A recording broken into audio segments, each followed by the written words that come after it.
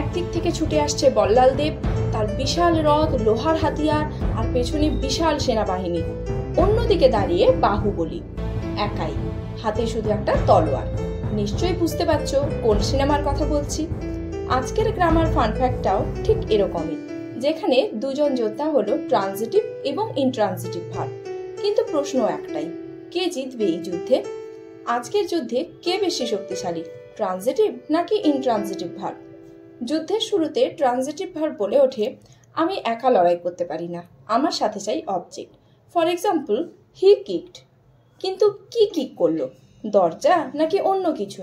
কিছু তো লাগবেই, কিছু না বললে তো বাক্য অসম্পূর্ণ।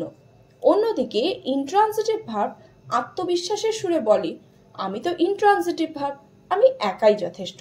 For example, I Cry. অর্থাৎ যে সমস্ত ভার্বের অবজেক্ট লাগে তাদের ট্রানজিটিভ, আর যে সকল ভার্বের অবজেক্ট লাগে না তাদের ইনট্রানজিটিভ ভার্ব বলে। তাহলে তোমরাই বলো, বাহুবলী ট্রানজিটিভ নাকি ইনট্রানজিটিভ ভার্ব?